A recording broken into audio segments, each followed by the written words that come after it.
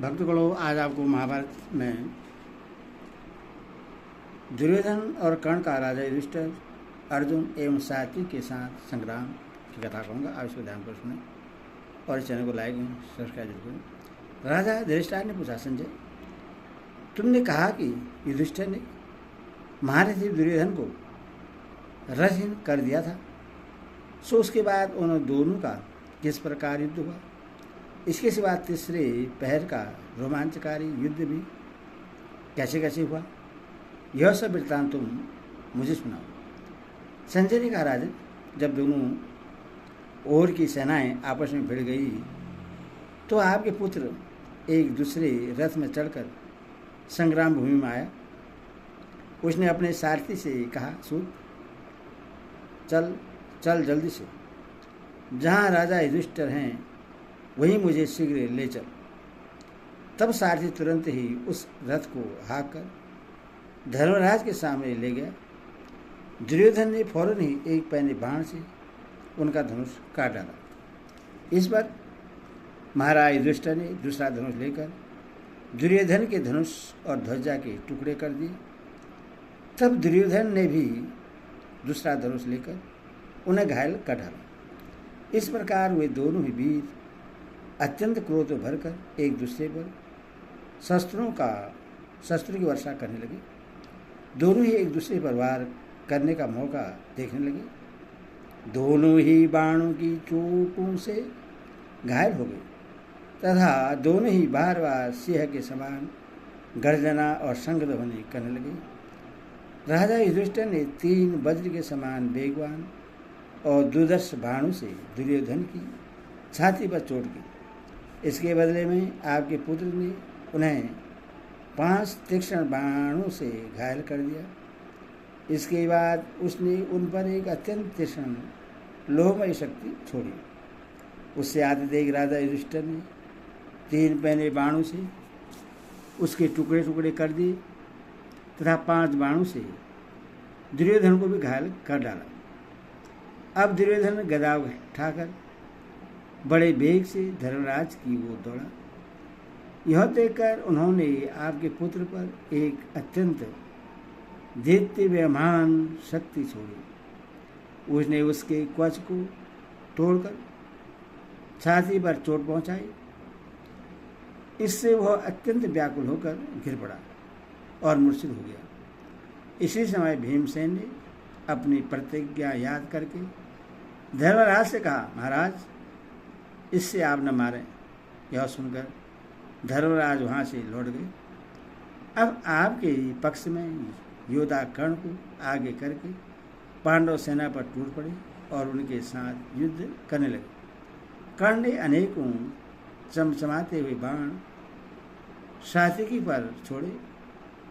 इस पर सात्विकी ने फौरन ही उससे तथा उसके रथ, सारथी और घोड़ों को अनेकों तीखे तीरों से छा दिया।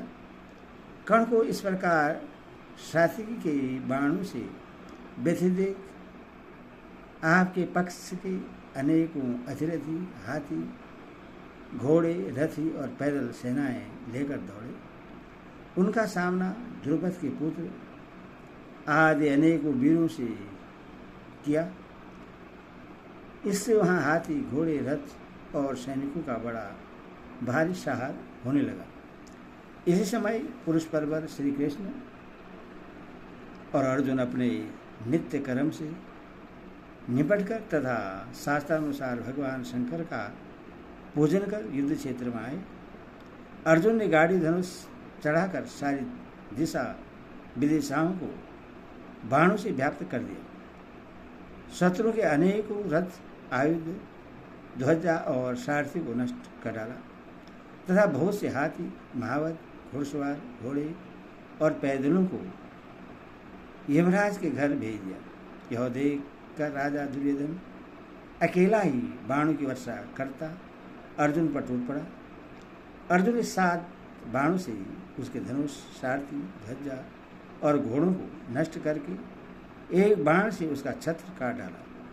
इसके बाद जो ही उन्होंने दुर्योधन पर एक 9वां प्राणघातक बाण छोड़ा कि अश्वत्थामा ने बीच ही में उसके 7 टुकड़े कर दिए। इस बार अर्जुन ने अपने बाणों से अश्वत्थामा के धनुष, रथ और घोड़ों को नष्ट कर दिया तथा कृपाचार्य की प्रचंड को दंड को भी टुक टुक कर डाला। इसके बाद वे कृतवर्मा के धनुष, ध्वजा और घोड़ों को नष्ट कर गए तथा दुशासन का भी धनुष काट कर कर्ण के सामने आए। कर्ण भी फौरन ही सात्विकी को छोड़कर अर्जुन के सामने आया और उन्हें 3 तथा श्री कृष्ण को 20 बाणों से घायल कर बार बार बाणों की वर्षा करने लगी। इतने में सात्विक भी आ गया। उसने कर्ण पर पहले 99 और फिर 100 बाणों से चोट की। इसके बाद पांडव पक्ष के अन्यायन योद्धा भी कर्ण पर वार करने लगे। युधामन्यु, शिखंडी, द्रौपदी के पुत्र, प्रवर्तक, वीर, उत्तम भोजा, युधिष्ठिर, नकुल, सहदेव, धृष्टद्युम्न, चेदी, करुष, मत्स्य और केकयदेश के वीर तथा चेकितान और धर्मराज युधिष्ठिर, इन सभी शूरवीरों ने बहुत सी बलवती सेना लेकर उन्हें चारों ओर से घेर लिया और तथा उस पर तरह तरह की अस्त्र शस्त्रों की वर्षा करने लगे। परंतु कर्ण ने अपने पैने बाणों से उस सारी शस्त्र वृष्टि को छिन्न भिन्न कर डाला। बात की बाद में कर्ण की शस्त्र शक्ति से आक्रांत होकर पांडवों की सेना शस्त्रहीन और घायल होकर भागने लगी। अर्जुन ने हंसते हंसते अपने अस्त्रों से कर्ण के अस्त्रों को नष्ट करके संपूर्ण दिशाओं, आकाश और पृथ्वी को बाणों से व्याप्त कर दिया। उनके बाद मुसल और परिघों के समान गिर रहे थे तथा कोई सद्धनी और वज्र के समान जान पड़ते थे। इस प्रकार आपके और पांडवों के पक्ष के योद्धा विजय की लालसा से युद्ध में जुटे हुए थे कि इसी समय सूर्यदेव अस्तांचल के शिखर पर जा पहुंचे। सब और अंधकार फैलने लगा तथा बड़े बड़े धनुधर अपने अपने योद्धाओं के सहित छावनी की ओर चलने लगे।